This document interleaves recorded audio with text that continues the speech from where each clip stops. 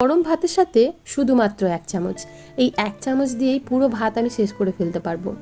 আজকে আপনাদের সাথে শেয়ার করছি ধনেপাতার আচার। এখন তো বাজারে ধনেপাতা ভীষণ সস্তা, মানে 5 টাকায় এতটা করে ধনেপাতা দিয়ে দিচ্ছে। তো আমি এখানে ওই চারাটির মতো ধনেপাতা নিয়ে এসেছি। তো দেখুন, ধনেপাতাগুলোকে খুব ভালোভাবে প্রথমে পরিষ্কার করে নিয়েছি, তারপর অর্ধেকটা পরিমাণে নিয়ে নিচ্ছি। ওই 2 আটি পরিমাণে আমি এখানে আচার তৈরি করব, আর 2 আটি রেখে দেবো চাটনির জন্য। তো প্রথমে খুব ভালোভাবে জল দিয়ে ধুয়ে পরিষ্কার করে নিয়েছি। এখন জলটাকে খুব ভালোভাবে শুকিয়ে নিতে হবে। অন্যদিকে আমি এখানে নিয়েছি তেঁতুল, বেশ একটুখানি তেঁতুল নিয়েছি। আপনারা যদি টকের পরিমাণটা একটু বাড়াতে চান তাহলে আর একটু পরিমাণে দিতে পারেন। এখন জল দিয়ে তেঁতুলটাকে খুব ভালোভাবে গুলে নিচ্ছি। আচ্ছা, এই আচারটা কিন্তু আপনারা নিমেষেই 1 থেকে 2 মাসের মতো সংরক্ষণ করে খেতে পারবেন।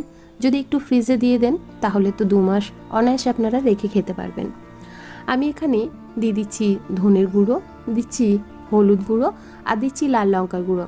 তো আপনারা চাইলে এখানে কিন্তু একটু কাশ্মীরি লাল লঙ্কার গুঁড়ো ব্যবহার করতে পারেন, আমি সেটা ব্যবহার করলাম না। এখন তেঁতুলের যে কাঠটা ছিল তার সাথে খুব ভালোভাবে মিশিয়ে এটা রেডি করে রাখলাম। অন্যদিকে জলটা খুব ভালোভাবে ঝরে গেছে, কিন্তু তাও এই ধনেপাতার মধ্যে খানিকটা জল থেকেই যায়। তো জল রাখা যাবে না, জল থাকলে কিন্তু আচারটা খুব একটা বেশি দিন টেকসই হবে না। তাই জলটাকে একটু শুকিয়ে নিতে হবে। আমি প্রথমে ফ্যানের হাওয়ায় মিলে শুকিয়ে নিয়েছি ওপরের জলটা। যেহেতু পাতা একটু জল ধরে রাখেই নিজের মধ্যে, তাই একটু প্যানের মধ্যে দিয়ে গরমে আমি এটাকে সেঁকে নিচ্ছি। এতে করে যে এক্সট্রা জলটা এর গায়ে রয়েছে সেটাও শুকিয়ে যাবে, আর আমাদের আচারটাও বেশ ভালো তৈরি হবে। তো দেখুন, বাষ্পের সাহায্যে জলটা উঠে যাচ্ছে এবং পাতাগুলো একটু নেতিয়ে যাচ্ছে। তো এভাবেই আমি 2 থেকে 3 মিনিটের মতো একটা প্যানের মধ্যে দিয়ে নেড়ে চেড়ে আমি জলটাকে শুকিয়ে নিয়েছি। তো সম্পূর্ণভাবে শুকিয়ে গেছে, পাতাটার পরিমাণটাও কমে গেছে। এখন একটা থালার মধ্যে দিয়ে খুব ভালোভাবে মিলে দেব এবং ঠান্ডা হওয়ার জন্য রেখে দেব। এই আচারটা একবার তৈরি করে খাবেন, আমি কথা দিচ্ছি এর স্বাদ কিন্তু ভুলতে পারবেন না। আর এখন বাজারে ধনেপাতা তো ভীষণ সস্তা, তাই খুব একটা সমস্যাও হবে না। আচার সর্ষের তেল ছাড়া সম্পূর্ণ নয়, তাই এখানে নিয়ে নিলাম প্যানের মধ্যে 4 চামচ পরিমাণে সর্ষের তেল। ফোড়ন এখানে দিয়ে দিচ্ছি শুকনো লঙ্কা 3-4টে পরিমাণে ভেঙে দিয়ে দিলাম, আর দিচ্ছি মৌরি। আপনারা যেই অনুপাতে ঝাল খাবেন ঠিক সেই অনুপাতে এখানে শুকনো লঙ্কাটা ব্যবহার করবেন। এখন দিয়ে দিচ্ছি 1 চামচ পরিমাণে কালো এবং হলুদ সর্ষে মিশিয়ে। আপনারা চাইলে শুধু কালো সর্ষেও ব্যবহার করতে পারবেন। খুব ভালোভাবে এখন এই ফোড়নটাকে একটু ভেজে নেব। এখন এখানে দিয়ে দিচ্ছি কয়েকটা গোটা রসুন। আমি এখানে প্রায় ওই 7-8টার মতো রসুন নিয়েছি, যেহেতু পরিমাণে খুব একটা বেশি করছি না, তাই 7-8টা রসুন দিয়ে দিলাম। আচ্ছা, আপনারা চাইলে কিন্তু এখানে 1 ইঞ্চি পরিমাণে আদা বেটেও সেটা ব্যবহার করতে পারবেন।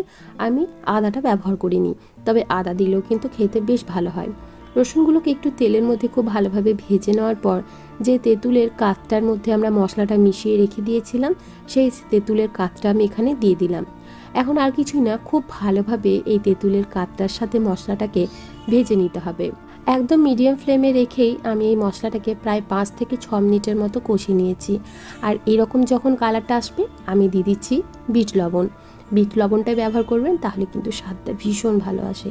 দিয়ে দিলাম এখানে হিং, আর দিচ্ছি 3 চামচ পরিমাণে চিনি।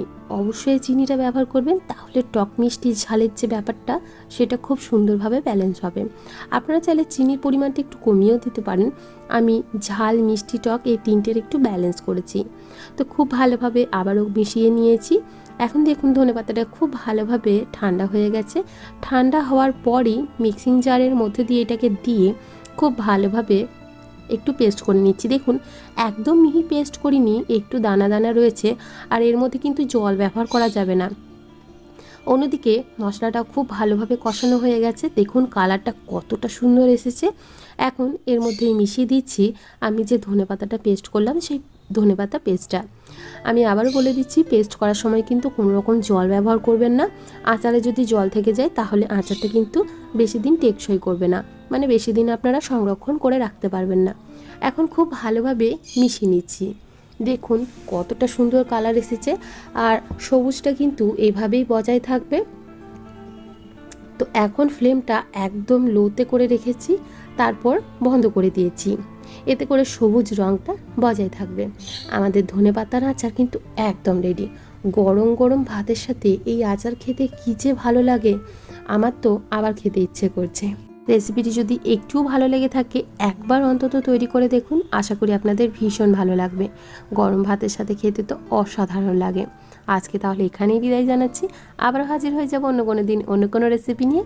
ভালো থাকবেন, সুস্থ থাকবেন এবং ভিডিওটি সম্পূর্ণ দেখার জন্য আপনাদের সবাইকে অসংখ্য ধন্যবাদ। বাই।